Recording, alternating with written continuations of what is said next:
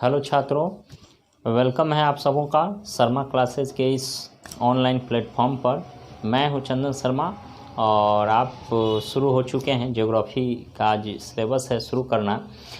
छात्रों, अभी तो लॉकडाउन का समय चल रहा है, इसकी वजह से हम लोग का ऑनलाइन क्लास ही ज़्यादातर चलाए जा रहे हैं। अपना एप्लीकेशन भी बनवाया गया है और आप ये जो वीडियो देख रहे हैं एप्लीकेशन पर ही देख रहे हैं। जो छात्र छात्राएं एप्लीकेशन से वाकिफ़ ना होंगे वो छात्र छात्राएं हमको जो है कि केवल कांटेक्ट करेंगे इस नंबर पर। ऑनलाइन क्लास करने के लिए 11वीं 12वीं के छात्र छात्राएं इस नंबर पर संपर्क करेंगे 82 106 79 022 95 049 88 617। शर्मा आर्ट्स क्लासेज संस्था का नाम हुआ, मेरा नाम चंदन शर्मा है। और इस नंबर पर जैसे ही संपर्क करेंगे आप, तो अगर आप इच्छुक हैं, पढ़ना चाहते हैं, तो आपको जो है कि हम एप्लीकेशन में जोड़ देंगे। एप्लीकेशन में जोड़ने से क्या होगा कि आपको जो एक मैसेज आएगा और उस मैसेज में ऐप का लिंक होगा, यूज़र आईडी होगा और उसका पासवर्ड होगा। जैसे ही ऐप डाउनलोड आप करेंगे, यूज़र आईडी पासवर्ड जो आपको मैसेज में मिला हुआ है वो डालेंगे, वैसे ही आपका सिलेक्शन जिस बैच के लिए हुआ है, क्योंकि बैच तो हमारे यहाँ बहुत है, 11वीं का है, 12वीं का है, बीए का है और भी बहुत सारे बैच है। तो आपका सिलेक्शन जिस बैच में हुआ है, जिस बैच का आप तैयारी करना चाहते हैं, उस बैच में आप इनरोल हो जाएंगे। इनरोल होने का मतलब आपका एडमिशन हो गया। एडमिशन होने के बाद बच्चा क्या करता है? क्लास करता है, वही ना। तो वहाँ पर हम जब लाइव आएंगे तो लाइव क्लास देख सकते हैं, कभी लाइव नहीं आए तो रिकॉर्डेड क्लास भी आप देख सकते हैं, स्टडी मटेरियल देख सकते हैं, एग्ज़ाम दे सकते हैं, ऑनलाइन टेस्ट दे सकते हैं, हमें कुछ अनाउंसमेंट कर सकते हैं, कुछ इवेंट मैनेजमेंट कर सकते हैं। बहुत सारा जो भी फैसिलिटी ऐप का होगा, ऐसे व्हाट्सएप ग्रुप पर हम डाल दिए हैं। इस ऐप से क्या क्या फ़ायदा उठा सकते हैं, क्या क्या सुविधा है इसमें, वो सब आपको मिलने लगेगा। ठीक है, तो आज का क्लास हम शुरू करते हैं बिना समय गंवाए। और आज का क्लास हमारा यह है कि क्लास 12th का ये बैच है और इकाई 3 अध्याय 5 पढ़ना है। इकाई 3 अध्याय 5 ज्योग्राफी हमारा सब्जेक्ट है आज का। ठीक है, आज हम लोग ज्योग्राफी पढ़ेंगे और ज्योग्राफी में पाठ 5 पढ़ेंगे, प्राथमिक क्रियाएं। अब आइए जानते हैं प्राथमिक क्रिया क्या है। देखिए, प्राथमिक का मतलब होता है प्रथम शब्द से यह मिलकर बना है प्राथमिक। मूल शब्द जो है प्राथमिक का प्रथम है। प्रथम का मतलब पहला। ठीक है, एक प्रत्यय लगा हुआ है तो प्रथम का ही विशेषता प्राथमिक है। अच्छा, क्रिया क्या है? क्रियाएं का मतलब होता है जो करने योग्य हो, वैसी पहली क्रिया जो करने योग्य है वही प्राथमिक क्रिया हुआ। तो देखिए, प्राथमिक क्रिया यहाँ पर जिस सेंस में हम लोग पढ़ेंगे, ये आर्थिक सेंस में पढ़ेंगे। किस सेंस में? आर्थिक और आर्थिक रूप से और भौगोलिक रूप से पढ़ेंगे। जीवन यापन करने के लिए जो आवश्यकताएं होती हैं, जो क्रियाएं जरूरी होती है, उसमें सबसे प्राथमिक क्रिया क्या क्या है, उसके अंदर कौन कौन से टॉपिक्स होते हैं, ये हम लोगों को देखना है। आप लोगों को जो चैप्टर है ज्योग्राफी का, वो पेज नंबर 29 पर यह चैप्टर है। पेज नंबर 29 यहाँ लिख देते हैं। आप लोग अपना अपना बुक निकालेंगे, पेज नंबर 29 निकालेंगे और यह चैप्टर आपके सामने होगा। जब भी हम ऑनलाइन क्लास कराएं तो आप लोग कॉपी, कलम, किताब, मोबाइल सब ले करके अपने जगह पर बैठे, ताकि आपका जो है कुछ भी छूटे नहीं और सही रूप से प्रॉपर क्लास हो सके। ठीक है, तो ये हो गया। अब देखिए, प्राथमिक क्रिया किसे कहते हैं? वैसी क्रिया जो सबसे पहली बार की जाए। तो देखिए, जब यह धरती बना, इस पर इंसान सबसे पहले जब बसना शुरू किया तो उन्होंने सबसे पहले क्या किया जी? उन्होंने सबसे पहले पढ़ना शुरू किया? नहीं। क्या उन्होंने व्यापार करना शुरू किया? नहीं। क्या उन्होंने कोई बहुत विशेष आविष्कार किया? नहीं। उन्होंने सबसे पहले क्या किया? अपना भोजन, मतलब अपने भरण पोषण के लिए व्यवस्था की। तो जो पहले के ज़माने थे, जो शुरुआती जो लोग थे, वो किस चीज़ को खाना पीना पसंद करते थे? क्योंकि उस समय तो बहुत कुछ चीज़ों की उपलब्धता तो थी नहीं, तो वो लोग पशु पक्षियों को मार के खाते थे। चलिए, यहाँ एक नया शब्द आया, पशु पक्षियों को मारना क्या कहलाता है? शिकार करना कहलाता है ना। शिकार करना, शिकार करना मतलब आखेट करना। चलिए, ये पहला काम हुआ। उसके बाद में वो पशु पक्षियों को कच्चे मांस खाते थे। बाद में आग का आविष्कार हुआ, मतलब आग एक बार स्वतः लग गया तो जंगल में के सारे लोग भागने लगे, आदि मानव। और उस जंगल में जो पशु पक्षियाँ थी, छोटे बड़े जो जंतु थे, वो आग के गर्मी पा कर के वो भी जंगल से दूर भागने लगे। और जब बहुत दूर चले गए तो थोड़े देर के बाद जब उन आदि मानव को भूख लगी तो उसी जंगल में गए जहाँ उनका आवास था, पहले वो जहाँ रहा करते थे। वहाँ जाने के बाद उन्होंने देखा कि कुछ पशु पक्षी मरे पड़े हैं, कुछ जले झोंकरे हैं, तो उस झुलसे हैं उसी को साफ सुफ करके खाए। इसके पहले वो कच्चे मांस खाते थे, अब पका हुआ मांस पहली बार संयोग बस ही सही उन्होंने खाया तो उन्हें स्वादिष्ट लगा। अब उनको यह पता चल गया कि आग कितना काम की चीज़ है, कितना महत्वपूर्ण चीज़ है। अब यह आग बहुत इम्पोर्टेंट है। उनके दिमाग में यह भी आया कि आग के ही वजह से ये जो हिंसक जानवर जो जंगल से भाग रहे थे, इस आग का उपयोग अगर हम करना सीख जाएं तो इन जंगली जानवरों से हम अपनी रक्षा भी कर सकते हैं। मतलब उन्होंने आग का महत्व समझ गया, कच्चे मांस से पके हुए मांस खाने का महत्व समझ गए। तो इस तरह उनमें विकास ये धीरे धीरे आई। तो आखेट, पहले के ज़माने के लोग आखेट करते थे। आखेट करने का मतलब पशु पक्षियों को मार के कच्चे मांस खाते थे। शिकार करना मतलब आखेट करना होता है, ठीक है। शिकार करना ही आखेट कहलाता है। तो वो लोग पशु पक्षियों को मार करके आखेट करके अपना भरण पोषण करते थे। लेकिन बाद में क्या हुआ कि उनका जीवन जो है, आदि मानव एक साथ तो रहते नहीं थे, मतलब अलग अलग तो रहते नहीं थे, एक साथ 2, 4, 5, 10, 20, 50, 100 के लोगों के ग्रुप में ये लोग रहा करते थे। जहाँ भी जाते थे ये साथ में ही जाते थे। किसी पशु पक्षियों को मारा, सबको बराबर बांट करके खाया, कुछ दिनों तक रहा यहाँ पर, मतलब शिकार किए। और फिर यहाँ का जब पशु पक्षी खत्म हो गया, पेड़ पौधों से फल खत्म हो गए, तो ये इससे अब सुरक्षित किसी और जगह की तलाश में चले जाते थे। ऐसे करते करते उनका जीवन का यह निरंतर क्रिया बन गया, एक जगह से दूसरी, दूसरी जगह से तीसरी, तीसरी जगह से चौथी। उनके ज़िंदगी में कभी ऐसा भी आया कि कभी कभी वो पशुओं को नहीं मार पाते थे, नहीं पकड़ पाते थे, उनका शिकार नहीं कर पाते थे, तो उन्हें भूखों रहना पड़ता था। तो उन्होंने उन पशुओं को फिर पालतू बनाना शुरू किया। अब आइए पशुपालन। आखिर से क्या शुरू होता है जी? पशुपालन। चलिए, पशुपालन का मतलब होता है पशुओं को पालना। जैसे गाय, घोड़ा, बकरी, बैल, भैंस, इन सभी पशुओं को हम लोग आज भी पालते हैं। तो ये आज से कई हज़ार साल पहले भी पाले जाते थे। जब शुरुआत हुआ तो आखेट के बाद पशुओं को पाला गया। पशुओं को पाला क्यों किया गया? तो इसलिए कि कभी अगर शिकार नहीं हो पाया, आखेट नहीं मिले, कभी पशुओं को हम नहीं पकड़ पाए, तो इन पाले हुए पशुओं का ही हम भरण काट मार करके खाकर उस दिन का हम अपना भोजन प्राप्त कर सकते हैं। इसलिए शुरू में हुआ। ये पहला चीज़ था पशुओं को पालने का पहला मकसद था कि जब हम आखेट नहीं कर पाए, जिस दिन शिकार में हमें सफलता नहीं मिले, तो ये पाले हुए पशुओं को हम मार के खा सके।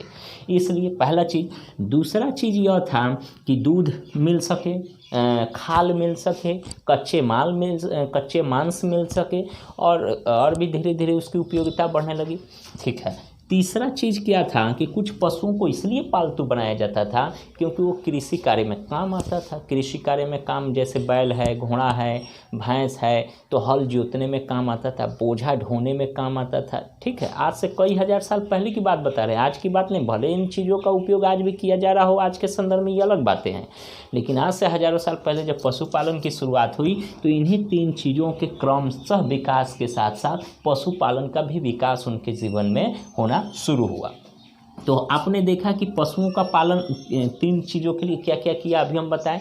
तो उन्होंने कृषि कार्यों में भी पशुओं के उपयोग के ध्यान में रखते हुए, उसके महत्व को ध्यान में रखते हुए पशुओं को पालना शुरू किया। तो यहाँ तो आपने समझ गया पशु पालन कब से शुरू हुआ, उसके पहले कैसी स्थिति थी, पशुपालन किन किन उद्देश्यों से किया गया। तो ये क्या थी, मानव जीवन की सबसे पहली क्रिया यही थी। क्या पशुपालन करने से पहले वो व्यापार करते थे? क्या वो आविष्कार करते थे? क्या कोई विशेष कोई आर्थिक क्रिया करते थे? नहीं, वो सबसे पहला ये काम करते थे पशुपालन। इसीलिए इसे प्राथमिक क्रिया कहा गया। क्या कहा गया जी? प्राथमिक क्रिया। अब चलिए अगले पड़ाव में हम बढ़ते हैं, ठीक है। अगले पड़ाव में हम बढ़ते हैं, ये पहला हो गया। अब दूसरा पड़ाव कृषि है। अब उनके जीवन में कृषि का भी विकास हुआ। पशुपालन का जैसे ही विकास हो गया तो उन पशुओं के लिए चारे की ज़रूरत है। तो वो चारा कहाँ से मिलेगा भाई? तो खेतों में जो घास फूस उगेंगे उसी से खाएंगे ना वो पशु।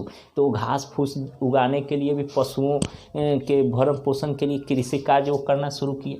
दूसरा चीज़, अब मनुष्य को यह भी समझ में आने लगा कि पशुओं को मार कर खाना कुछ हद के लिए ठीक है, लेकिन कृषि कार्य भी होना चाहिए।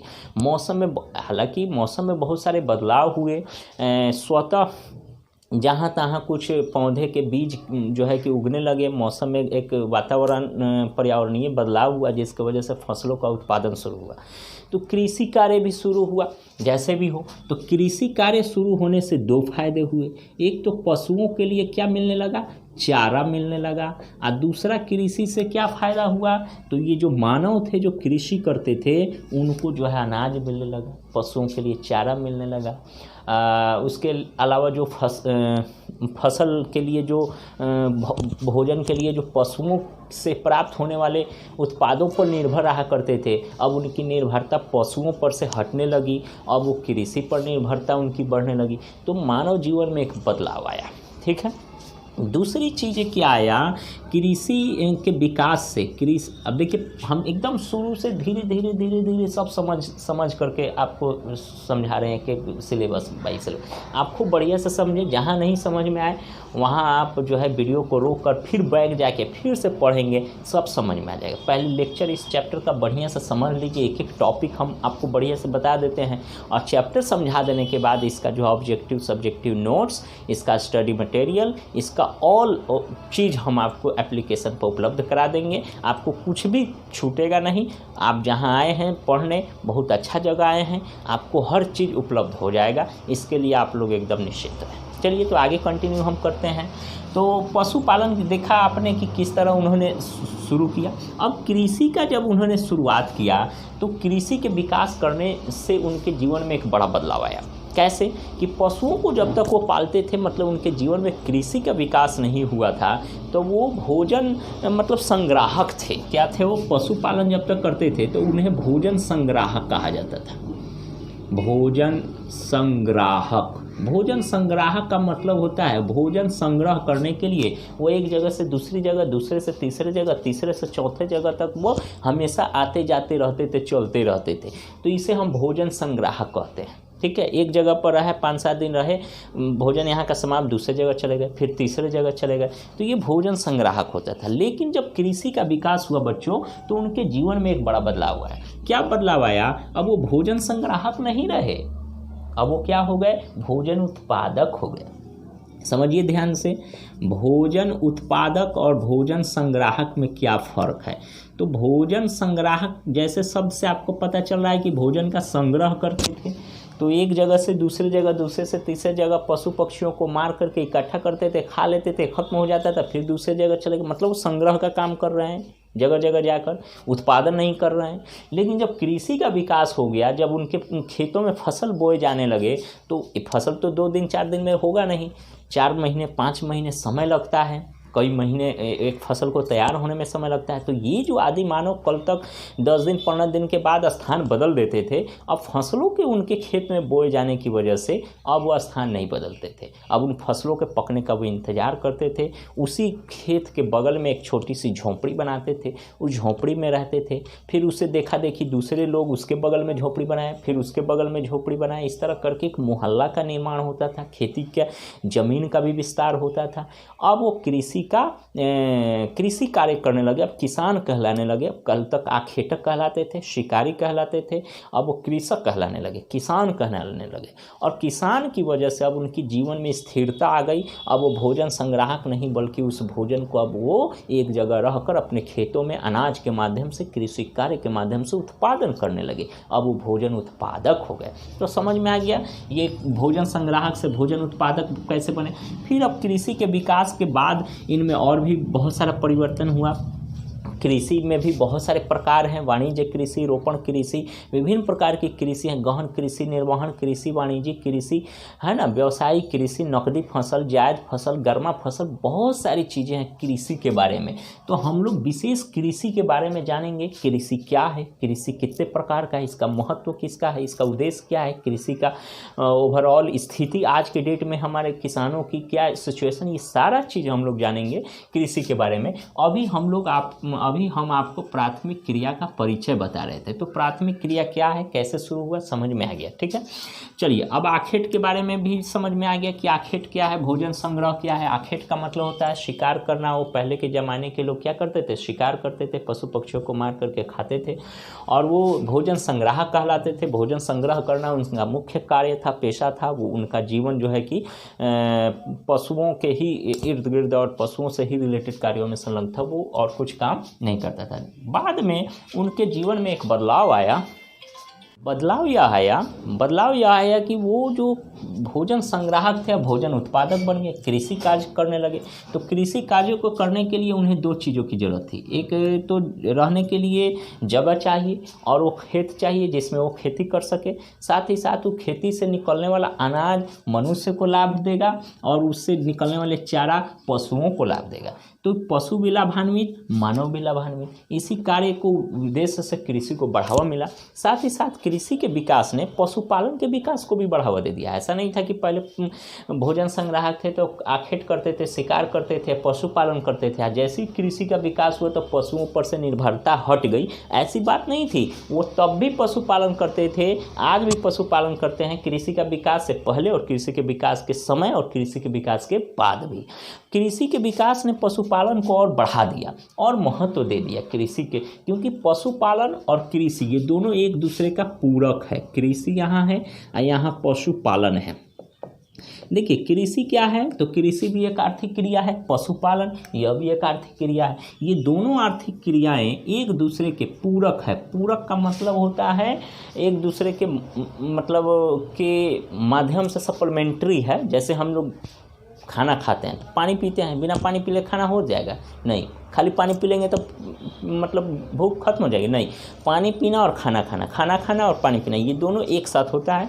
तो एक दूसरे के बिना मतलब एक के बिना दूसरा अधूरा है, तो इसी को पूरक वर्ग कहते हैं। ठीक है, तो कृषि और पशुपालन ये क्या है, ये दोनों आर्थिक क्रिया है और दोनों एक दूसरे के पूरक हैं। और इसी कार्यों से पशुपालन से कृषि को लाभ है, कृषि से पशुपालन को लाभ है। पशुपालन जब पशु को पालेंगे तो उससे निकलने वाले जो गोबर है, चाहे उसके जो ये खेतों में उर्वरक का काम करेगा, और कृषि से जो चारा निकलेगा, घास फूस निकलेगा, कुछ ऐसे पूरा पता ही निकलेगा, भूसा निकलेगा, उससे पशुओं को लाभ है।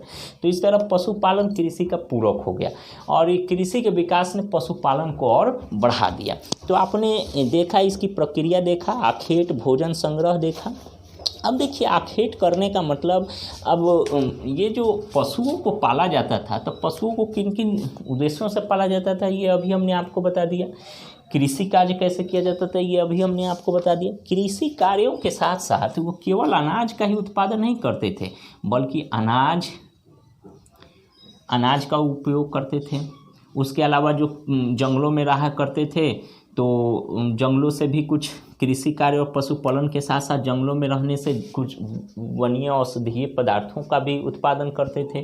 ठीक है, तो ये सारी चीज़ें मनुष्य की प्रारंभिक क्रियाएं थीं। और भोजन संग्रह जो पूरे विश्व में जहाँ भी किया जाता था उसका दो पार्ट है। भोजन संग्रह करने का दो पार्ट है। पहला भाग जो है उच्च अक्षांश, उच्च आपके बुक में होगा देखेंगे, उच्च अक्षांश है। उच्च अक्षांश का मतलब होता है जो उष्ण कटिबंधीय वाला भाग है उसको उच्च अक्षांश कहते हैं, जिसमें कनाडा, यूरेशिया, दक्षिण चिली ये सब आता है।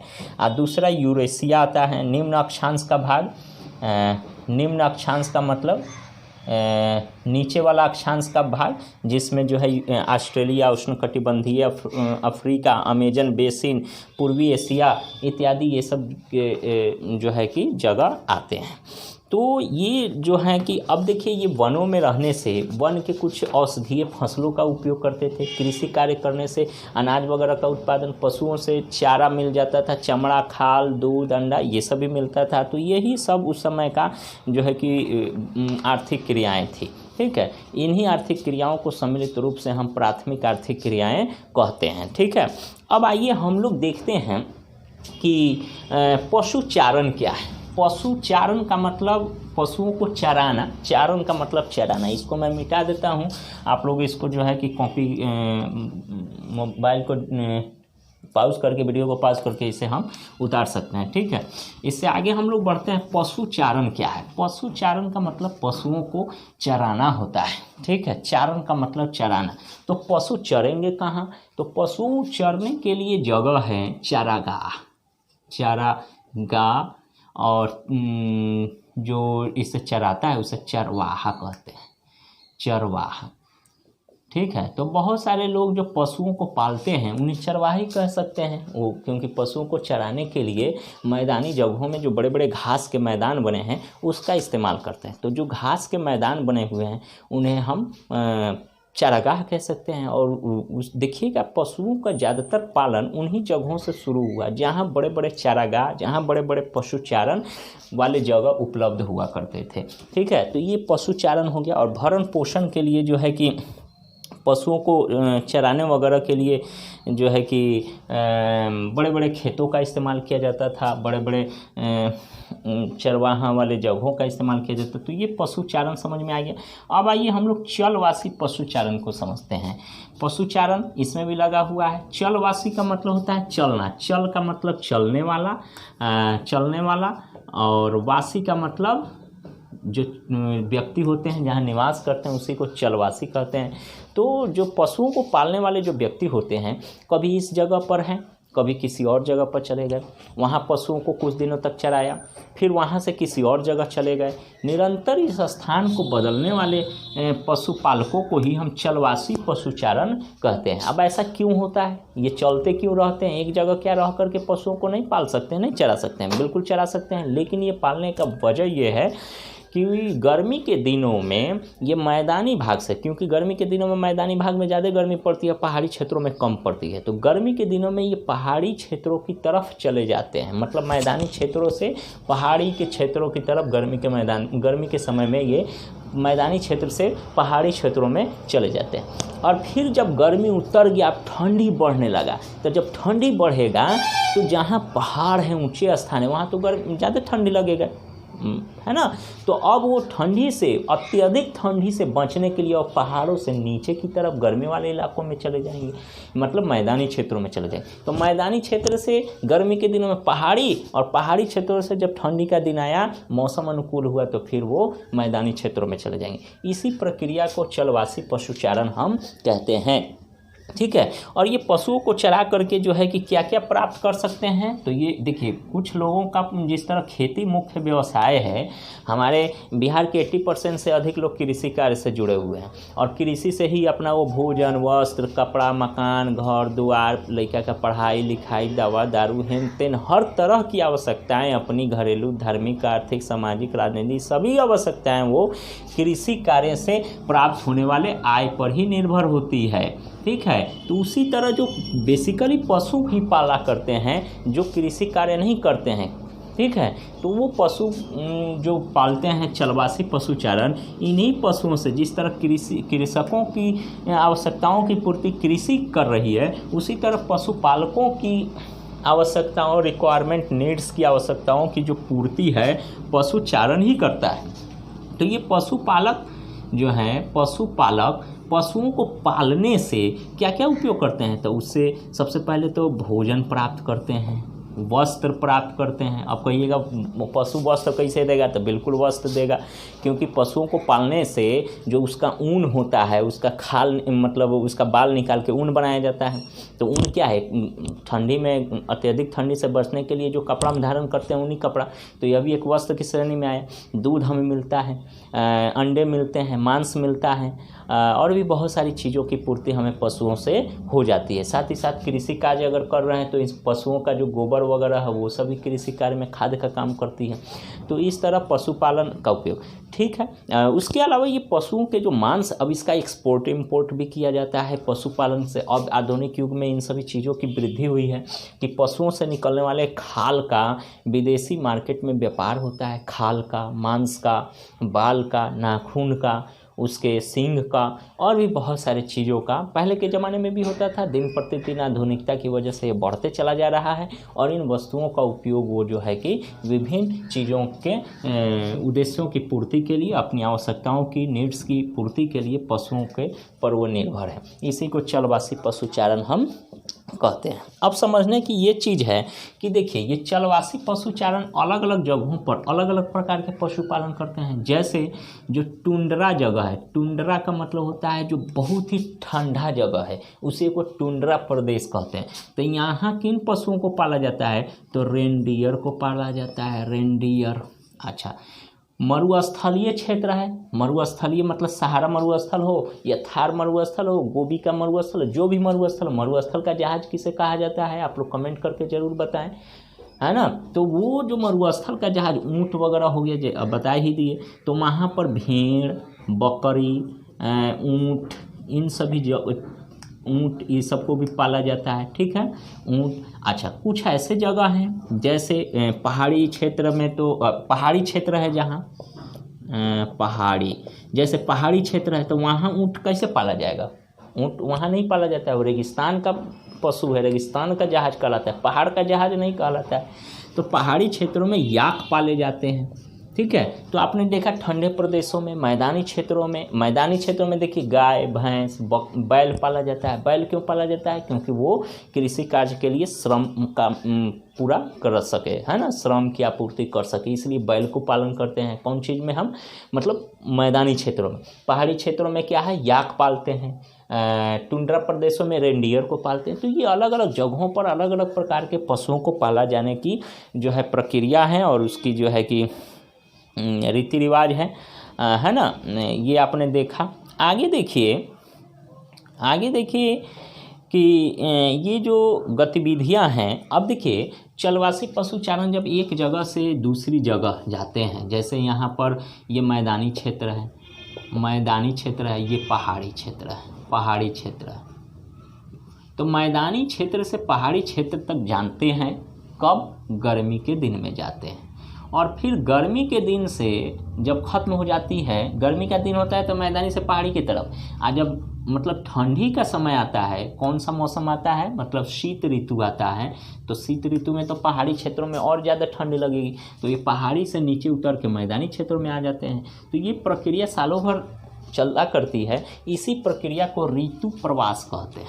क्या कहते हैं जी, ऋतु प्रवास का मतलब जो मैदानी क्षेत्र से पहाड़ी क्षेत्र में जाए गर्मी में, आप पहाड़ी क्षेत्र से मैदानी क्षेत्र में आए ठंडी में, तो इस प्रक्रिया को हम ऋतु प्रवास कहते हैं। तो चलवासी पशुपालक जो होते हैं वो ऋतु प्रवास भी किया करते हैं, ठीक है। कुछ हमारे देश में जैसे भोटियो है, गुर्जर है, बकरवाल है, ये सब कुछ पशुपालक जातियां हैं जो पशुपालन करती है और एक जगह से दूसरे जगह, दूसरे से तीसरे जगह स्थानांतरित होती रहती है। उनका जीवन, उनका मतलब सिस्टम उसी तरह से सेट है, उसी तरह से जीता रहे, ठीक है।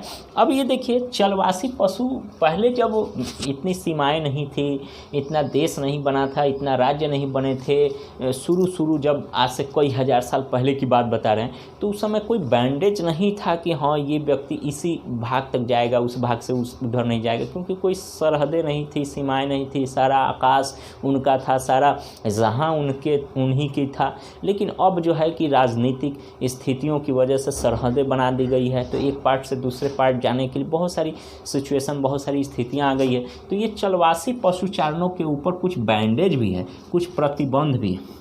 प्रतिबंध का मतलब कुछ मतलब इनकी जो है सीमाएं भी है। क्या सीमा है, तो सरहद की सीमा है सबसे पहले, कि एक पार्ट से ये दूसरे भाग तक वो नहीं जा सकते हैं, उतना ही जाएंगे जितना उनके देश के अंदर जगह होगा।